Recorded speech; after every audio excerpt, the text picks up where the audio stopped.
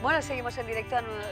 Anunciábamos hace un instante los temas que íbamos a abordar en nuestra tertulia. Comenzamos por la reforma fiscal que presentaba el pasado viernes el Partido Socialista, que cuenta ya con el apoyo de Unión del Pueblo Navarro. Vamos a ver en qué consiste, a quién beneficia esa reforma fiscal y también los diferentes puntos de vista que han explicado precisamente esta mañana en mesa y junta de portavoces los distintos partidos políticos que conforman la oposición en el Parlamento. Un tema que abordamos con el periodista Gorka Moreno, la abogada Pilar Aramburu y el arquitecto y diseñador José Félix Collazos. Gorka, ¿qué tal estás? Bienvenido. Encantado. Buenas tardes. Muchas gracias por invitarme, gracias, como siempre por estar aquí en esta tarde de lunes, ¿no? ¿Qué tal, Pilar? ¿Cómo estás? Muy bien, encantada también. Bienvenida. José Félix Collazos, ¿qué tal, José Félix? Pues muy bien, gracias. Por invitarme. Bueno, analistas de la actualidad, amantes de lo que pasa en el mundo y también en nuestro pequeño mundo, en Navarra. Hablamos de esa reforma fiscal. Si os parece, compañeros, vamos a ver en un vídeo en qué consiste, a quién beneficia, que es lo que más nos interesa, muy especialmente si beneficia precisamente a las rentas más bajas o no. Lo vemos. La reducción del IRPF, el impuesto de patrimonio, así como el de sociedades son las principales novedades que plantean los socialistas navarros en su propuesta de reforma fiscal que presentaron este viernes y con la que aseguran que Navarra no estará en peores condiciones que el resto de España. Esta es una propuesta que avanza en la línea de lo que tiene que ser en el futuro esa reforma global, que permite mantener la competitividad fiscal de Navarra y que otorga tanto a los contribuyentes personas físicas como a las empresas una serie de facilidades. En su reforma del IRPF, los socialistas plantean una vuelta a los tipos vigentes en 2011 para casi todos los tipos, especialmente las rentas bajas y medias. Deflactar la tarifa en un 3% para las rentas medias y bajas, dejando las rentas más altas en niveles no como en el 2011, sino peores que en el 2011, aunque también tendrían una rebaja, pero sin deflactación. Respecto al impuesto de patrimonio, el Partido Socialista eleva el mínimo exento desde los 311.000 euros vigentes hoy hasta los 800.000. Tampoco el impuesto de sociedades contará con un tipo único del 20% como planteaba la reforma de UPN, sino que se tendrán en cuenta el tamaño de la empresa, así como su facturación. La propuesta de reforma fiscal además cuenta con el respaldo de UPN, aunque no cierran las puertas a posibles modificaciones. Si Unión del Pueblo Navarro tiene que sumar sus votos al Partido Socialista para tener una mejor fiscalidad, lo hará. Vamos a ser posibilistas y desde luego vamos a hacer todo pensando en el bien de Navarra. Junto a estas principales novedades, los socialistas plantean otras medidas como el aumento de las cuantías por circunstancias personales y familiares o que los mileuristas no tengan que pagar nada en el impuesto sobre la renta de las personas físicas. La propuesta de reforma fiscal socialista comenzará a tramitarse para su debate desde este lunes en la mesa y junta de portavoces.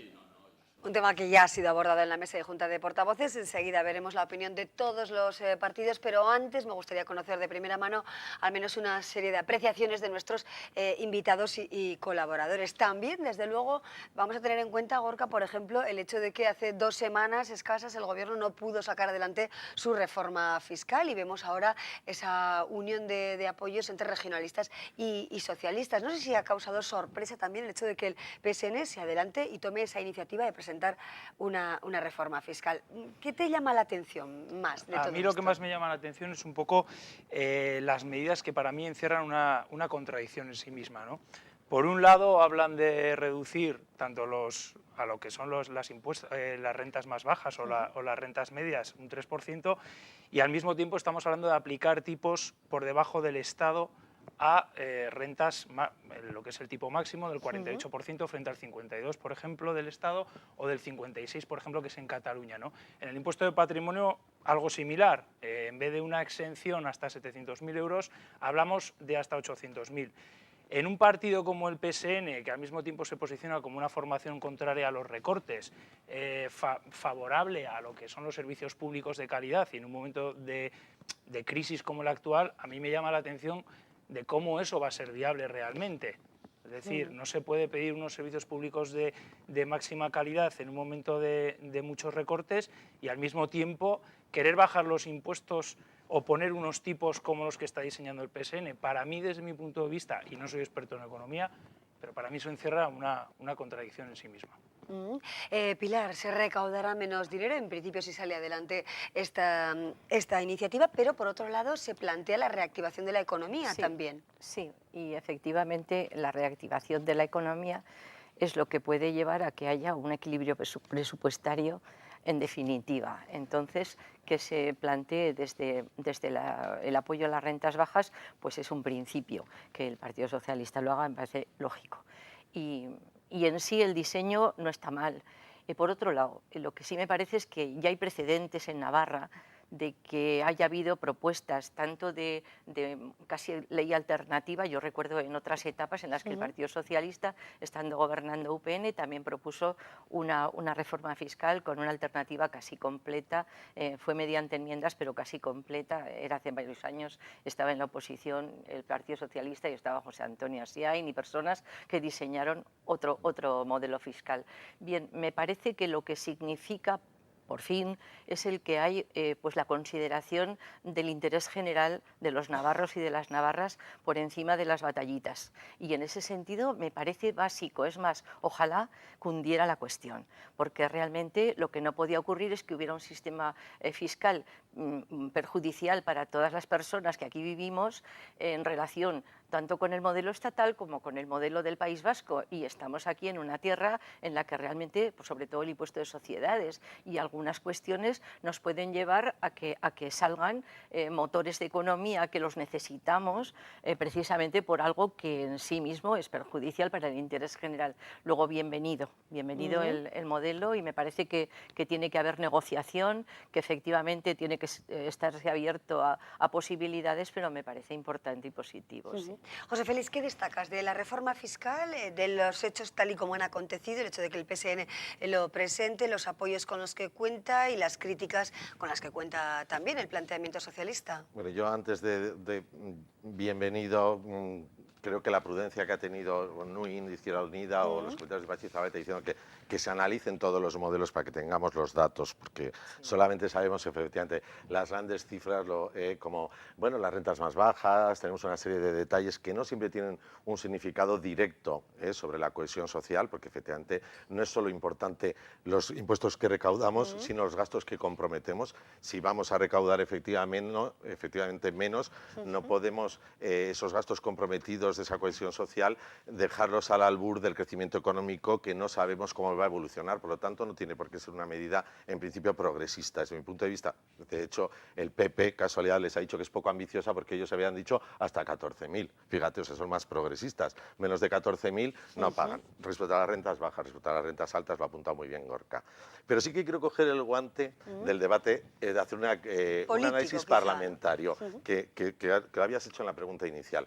A mí sí me parece sorprendente que hace menos de, no 2 semanas, como has dicho, un poco más de una semana, se votara en contra del que había presentado UPN el Gobierno, y sin embargo, el que ellos presentan, el Gobierno lo apoya. Por lo tanto, el Gobierno considera que este no es tan diferente al de ellos, y yo sí que pienso que escenifica como una posibilidad de mostrar como acuerdo para querer mostrar eso como generosidad, como los intereses de Navarra, que ya veremos cuáles son los intereses de Navarra, pero sí hay una escenificación política de, acercándose además ahora en las elecciones que las tenemos al lado, de un partido que siempre ha estado haciéndoles oposición claramente, volvemos a los antiguos pactos y volvemos a eso. Yo sí que creo que el resto de las fuerzas políticas tienen derecho a interpretar que hay negociación detrás, déjame a mí presentarlo y escenificamos un acuerdo. Y no creo que sea tampoco tan diferente si lo ha podido asumir un gobierno al que le han tirado una ley fiscal hace pocos días. Y por eso digo que también parlamentariamente me genera mis dudas. Bueno, vamos a tener en cuenta también este punto de vista, pero si os parece, escuchamos a los diferentes partidos políticos que hoy han mostrado su opinión tras la reunión de la mesa y junta de portavoces parlamentarios.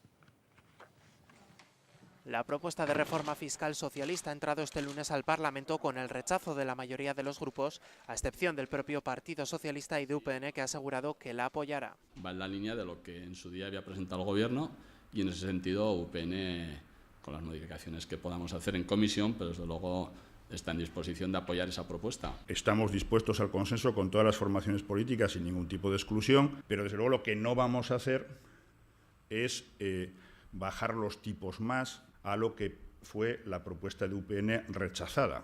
pero parece que ese consenso no llegará. La oposición ve en este movimiento un nuevo acuerdo por parte de los dos grupos mayoritarios e insiste en que la propuesta no es muy diferente a la ya rechazada de Unión del Pueblo Navarro. Podemos dar por hecho un acuerdo entre el Partido Socialista de Navarra y UPN para sacar adelante las propuestas que han hecho el Grupo Socialista y nosotros lo lamentamos. No puedo dar una valoración positiva, y más si es un acuerdo de UPN y PSN. Si este es el cambio que está planteando el Partido Socialista, desde luego creemos que no es el camino. Ellos están preparados y saben que lo que han propuesto, saben lo que significa, ¿no? Y saben que están muy en la estela de UPN con esos dos impuestos. En cuanto al Partido Popular, ha calificado a los socialistas de ser los líderes en la sombra de la comunidad foral, pero han asegurado que estudiarán esta propuesta con ánimos constructivos. Podría haber sido más ambiciosa, como digo. En cualquier caso, siempre la estudiaremos con ánimo constructivo. De hecho, la mayoría de los grupos parlamentarios han exigido que sea la propia Hacienda Tributaria quien valore las diferentes propuestas que están sobre la mesa. Ahí tenemos la opinión de los grupos. Gorka, ¿encuentras una estrategia política en el trasfondo de esos apoyos o no apoyos o críticas o no? Yo tengo mis dudas y me explico. Debido a la ruptura que ha habido entre el PSN con Yolanda Barcina, me cuesta creer qué puede estar sucediendo, o me cuesta elucubrar qué puede estar sucediendo un poco en la trastienda para que ahora haya ese acercamiento. No sé si obedece a una estrategia puntual, obedece a una estrategia más a largo plazo, que es lo que una parte de UPN o la corriente crítica que ha surgido en UPN lleva reclamando durante las últimas semanas. Hemos leído al sector de Yolanda Barcina, con quien el PSN hasta ahora tenía unas relaciones pésimas, ¿no? No sé si obedece a un acuerdo más global de cara a futuro o algo puntual. Pero sí que es cierto que, por ejemplo, yo echo de menos, por ejemplo, en la propuesta de Izquierda-Esquerra había una medida que ha pasado bastante desapercibida, que es el impuesto a la banca, un 0,3%. Hablamos de una recaudación de unos 40 millones de euros.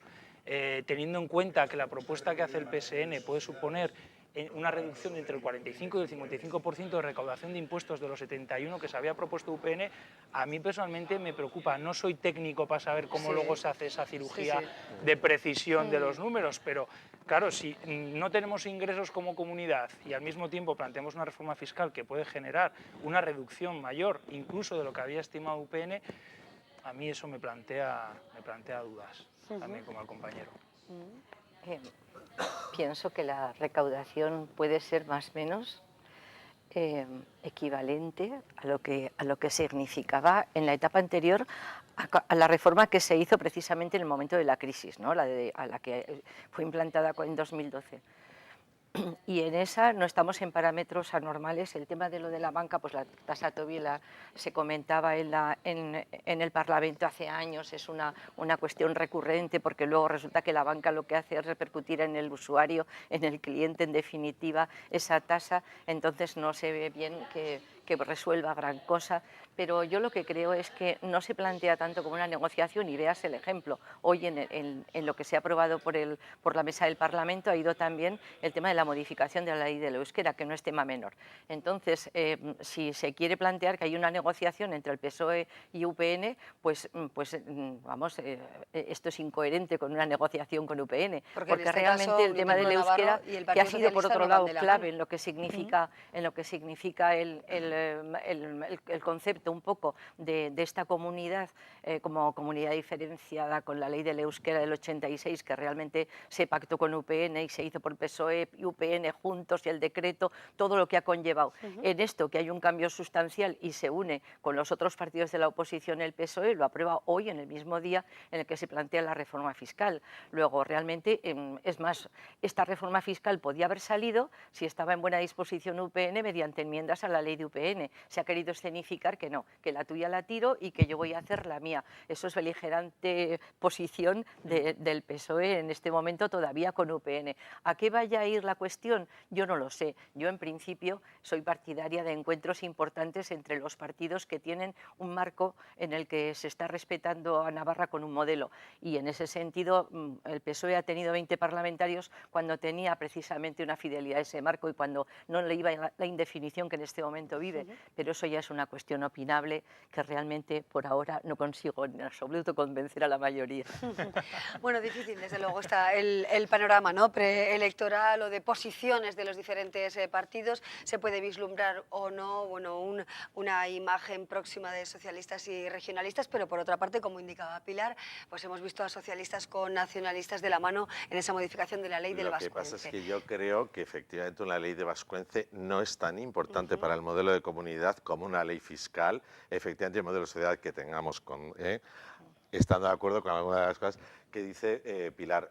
Pilar, yo creo que no es comparable, y sí que creo y sigo pensando que es una escenificación de entrar con ellos como política real, que tienen soluciones, precisamente porque está muy desnortado ideológicamente el Partido Socialista. Yo no sé, efectivamente, tú opinas que en ese marco es donde recuperarían, o yo creo que en sus señas de identidad antiguas y lo que ha supuesto el socialismo es donde encontrarían su voto cada uno. Pero bueno, eso ya sabes que eso es opinable. Pero yo creo que esto sí que viene efectivamente a escenificar, ya te digo, como una responsabilidad, y tiene, y para mí, no lo puedo demostrar, tiene Tufo ha pactado, no a beligerante, por mucho que el PP también haga política pequeña diciendo, mira, ya se ve quién manda aquí, pero no, ya sabemos todos quién manda aquí, o sea, que esa cosa a mí me parece como, no sé, o sea, no me cuadra nada de la actividad parlamentaria de hasta antes de ayer del PSN con este timón, que además, con este golpe de timón, además apoyado por UPN, es decir, con toda la tranquilidad. No ha sido tampoco que se han puesto sobre la mesa a imponerse. Si es que han dicho, mira qué bien, si sumamos, y ellos mismos han dicho que el 90% de lo que presenta el PSN es lo que les habían rechazado hace una semana también, dicho bueno, por ellos también. Veremos a ver qué sucede, esa serie de apoyos, el Partido Popular y su definición definitiva también, y los porqués del no apoyar, por ejemplo, esa reforma fiscal que plantea el Partido Socialista. Sorprendente ha sido, eso está claro, quizá bueno, pues esa vuelta de tuerca o puesta en marcha de una iniciativa de esta naturaleza. Veremos a ver, ¿no?, qué ocurre. Pero hoy también me gustaría traer a la tertulia otro asunto que también en nuestro país, en el que, bueno, pues cada día casi nos levantamos o desayunamos y comemos con un nuevo escándalo, con más detenciones, y en este caso ya salimos, en este caso de Navarra. Me gustaría hablar de una figura como es el indulto, ¿no?, una prerrogativa que a veces se ha utilizado con fin político, ha tenido usos políticos, pero bueno, realmente esa no es su máxima, ¿no?, no es su objetivo principal. Vamos a recordar que ha habido desde 1996 10.000 indultos en España.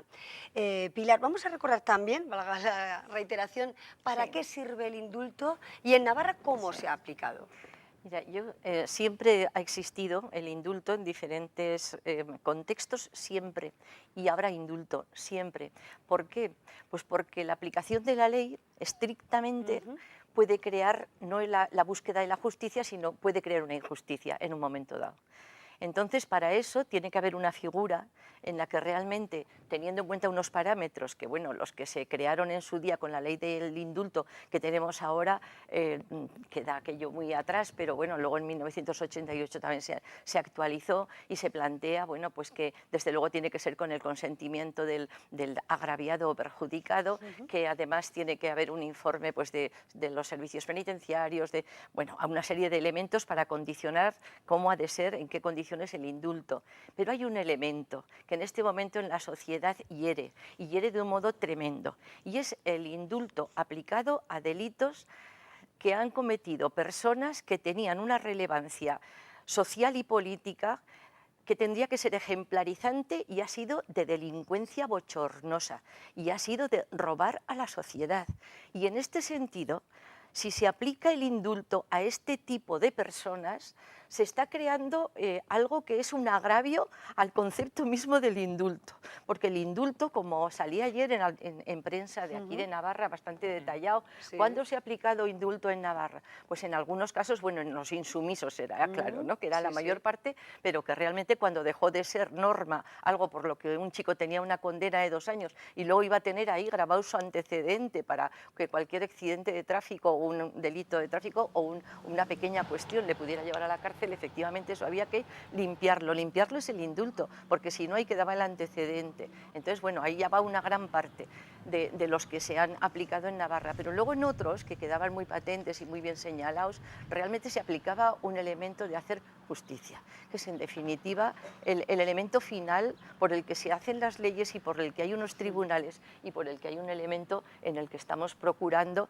que se aplique para toda la ciudadanía, un elemento que ha de ser eso, de reparar el bien y de plantear la justicia. Entonces, en ese sentido es inevitable que lo haya, pero con esa excepción que ha de estar clarísima, porque si no la sociedad se levanta y ahora pues eso, hay una página web, el indulto del día, pero es que los indultos que ha habido en esta sociedad y en este gobierno y en el anterior, o sea, de escándalo total, claro, de escándalo Pilar, total. yo quería que me aclaras una cosa. Yo tenía entendido, cuando has hablado ahora del pasado penal, de los indultados, sí. que, bueno, eso es otra figura como la repetición de garantías por una sentencia efectivamente injusta, pero que el indulto realmente no modifica la sentencia. El indulto simplemente conmuta parcial o totalmente la pena, pero no modifica la sentencia. No, Por no, eso, si yo no además, estoy hablando de una sentencia injusta, sino de que la aplicación de una sentencia que hasta conforme a los parámetros de la justicia, de la ley, resulta al final injusta, pero no quiere decir que la sentencia en sí no haya estado aplicando el artículo tal y absolutamente correcta. Porque además, entre los informes que se piden para un indulto, aparte de la Fiscalía, es el tribunal sentenciador, que es el que tiene que, es además el que tiene que decirlo, ¿no?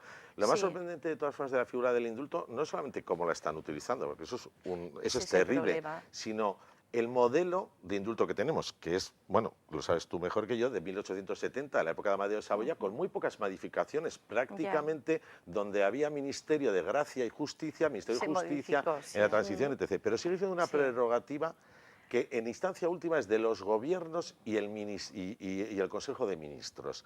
Es decir, lo que se está pidiendo en distintas instituciones, la decisión final es del rey, ¿no? Sí, de los gobiernos. Lo que se está pidiendo, porque el Tribunal Supremo incluso en su día dijo que entendía que eso era una injerencia en el Estado de Derecho, porque de alguna forma ellos, el Tribunal Supremo lo ha dicho, no yo, que entendían que era una injerencia del Poder Ejecutivo sobre el Poder Judicial. Ellos interpretan así. Se rompería la división de poderes, ¿no? Bueno, que de alguna forma ahí ya la división ya... el perfil, o sea, los límites ya no quedan tan claros y que es una injerencia de lo suyo.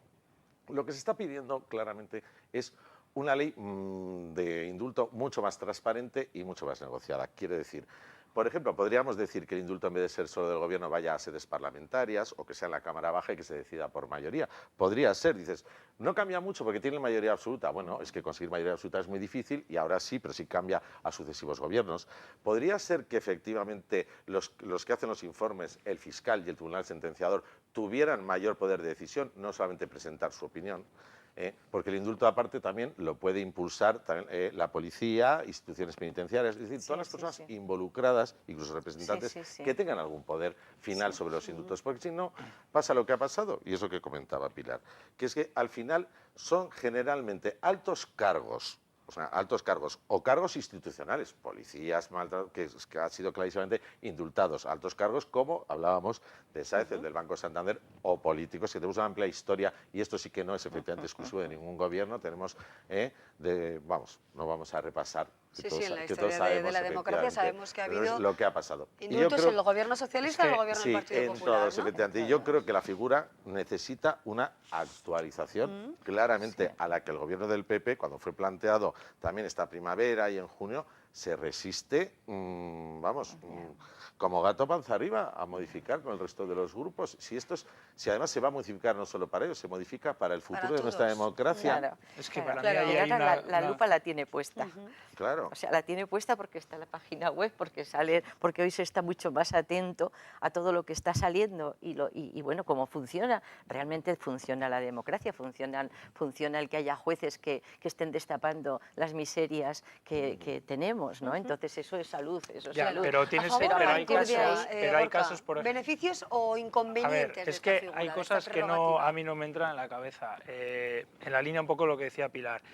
Las personas que tienen un cargo de responsabilidad social, el indulto para mí no debería contemplarse en ningún caso. No. Tenemos el caso que ha comentado José Félix de Alfredo Sáenz del Banco Santander, que el gobierno de Zapatero lo indulta en contra de la opinión del Tribunal Supremo.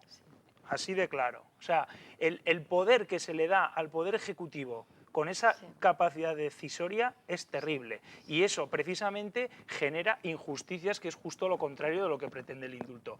Otra cosa es diferente, como ponía un ejemplo Joaquín Galve en prensa el otro día, que hablaba de una señora que le condenan por robo por intimidación a 4 años de cárcel, pasan 5 años hasta que le ejecutan la pena, y en esos 5 años hasta que le ejecutan la pena, esa señora se ha casado, ha encontrado un trabajo, ha tenido 2 hijos, no ha tenido ni un antecedente policial ni judicial. Claro, evidentemente ahí sí que hay posibilidad para aplicar un indulto, pero que a señores que han delinquido aprovechándose de su cargo ante toda la ciudadanía y que luego encima llegue el gobierno de turno y les indulte, es que me parece una vergüenza, y que en estos momentos actuales no podemos pasar ni esta, la sociedad. No Además, debemos el tratamiento pasar es tan Es que diferente. es una buena medida, como decía Eso Pilar, es. una buena medida de corrección, porque el indulto efectivamente viene a ver la situación estudiando la situación de personas que se han arrepentido, que hay informes de sus observadores de penitenciarios y que va a favor de nuestra propia ley penal que promociona la reinserción.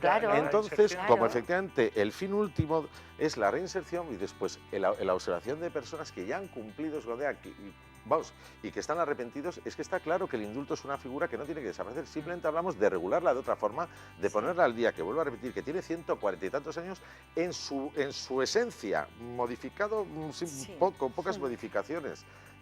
Entonces, Una distinción de casos, al menos, Claro. ¿no? Y en este sentido yo creo que está en el panorama, que así como pudo hacer Zapatero a la chita callando y la víspera de marcharse lo del Banco Santander, lo hizo a la chita callando, es que casi nos enteramos cuando ya estaba afuera. Bueno, pues en este momento que no se lo plantee el Partido Popular, porque sería, levantaría unas ampollas impresionantes y luego que no se queje de que no tenga votos. O sea, esto sería tremendo. Pero es que el Partido en este Popular momento tiene lo hiciera. pendiente Y ahí tiene a Matas, al otro ya con condenas. la cantidad de cargos bueno, con a ver Gürtel, cómo va a ir, tarjetas, la A cantidad ver de cargos cómo va a que ir. tiene el Partido Popular ahora mismo demostraría desde luego mucha higiene democrática aprobándolo, pero probablemente tenga unos terribles compromisos porque tienen en el horizonte la posibilidad, porque tienen en el horizonte seguramente muchas condenas. que ponga las celdas confortables, creo que es lo que tendrá que todo lo más poder hacer, ¿verdad? Bueno, pero seguiremos, pero realmente por supuesto. el tema está ahí con ampollas. Seguiremos que en este debate, porque desde luego ahora mismo en la sociedad ya sería, no sé, totalmente inconcebible no pensar en la posibilidad de que alguna de las personas corruptas, con todos los ejemplos que tenemos delante, fuera indultada por un gobierno. No queremos ni pensar en esa opción, ¿no? Gorka Moreno, muchísimas gracias. Pilar Aramburu, José Félix Collazos, un placer. Gracias a los tres por acompañarnos y analizar 2 cuestiones importantes en nuestra sociedad y que están de plena actualidad. Vamos a hacer una pausa y seguimos.